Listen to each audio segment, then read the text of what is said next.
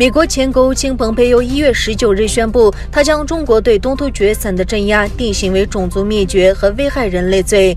在蓬佩奥的决定引起国际关注的时候，据报道，中国当局已命令东突厥散的维吾尔干部指责和抹黑蓬佩奥。来自东突厥散地方政府部门的书面通知指出，各级机构必须制作一段针对美国国务卿蓬佩奥的视频。具体要求如下：首先，必须选择一个会说汉语的维吾尔人；其次，他必须首先自我介绍，比如我是中国新疆人；第三步是通过使用诸如我强烈反对、我愤怒之类的言论来捍卫党政府。最后，有必要证明他爱中国，并且从此过着幸福快乐的生活。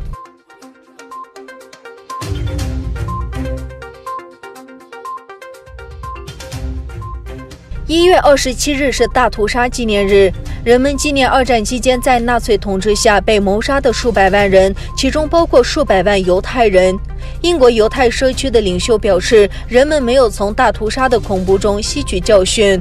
维吾尔穆斯林的困境与几十年前欧洲犹太人遭受的种族灭绝惊人的相似。英国犹太人权组织勒内卡森执行董事格罗斯表示，中国实际上是在试图根除维吾尔语文化和传统。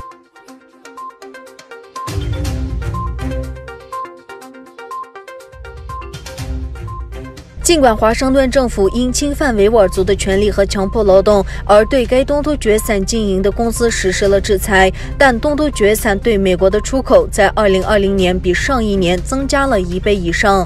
根据南华早报的消息，出口增长的大部分来自该地区制造的风力涡轮机的销售。尽管去年的总出口额比2019年增长了116%，但风力涡轮机的出口额却增长了3265%。根据2020年下半年做出的决定，美国国会对一些在东突厥散从事生产的中国公司实施了出口禁令，理由是他们被指控对维吾尔人进行强迫劳动。美国海关和边境执法局于12月3日宣布，将从东突厥散进口的棉花停止，并将扣留港口的产品。美国前国务卿迈克尔·蓬佩奥1月19日说，他得出的结论是中国在东突厥散实施了种族灭绝和危害人类罪。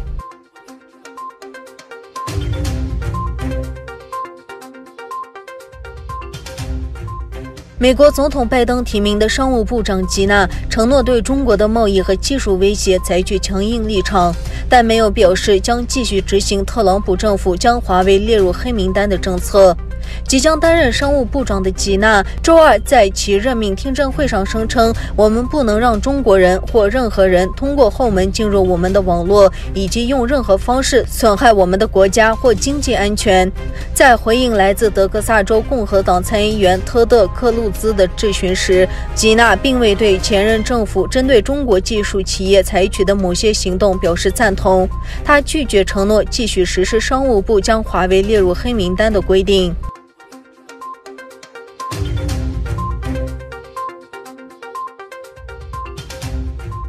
德国籍土耳其足球巨星厄齐尔告别英国的职业生涯，正式与土耳其费内尔巴赫切球队签署3年合同。厄齐尔离开英国超级联盟阿森纳，震动了欧洲。有消息称，厄齐尔离开阿森纳是基于政治原因，而不是球技问题。厄齐尔于2019年12月在社交媒体上发表信息，批评中国对东突厥散维吾尔人的侵犯人权。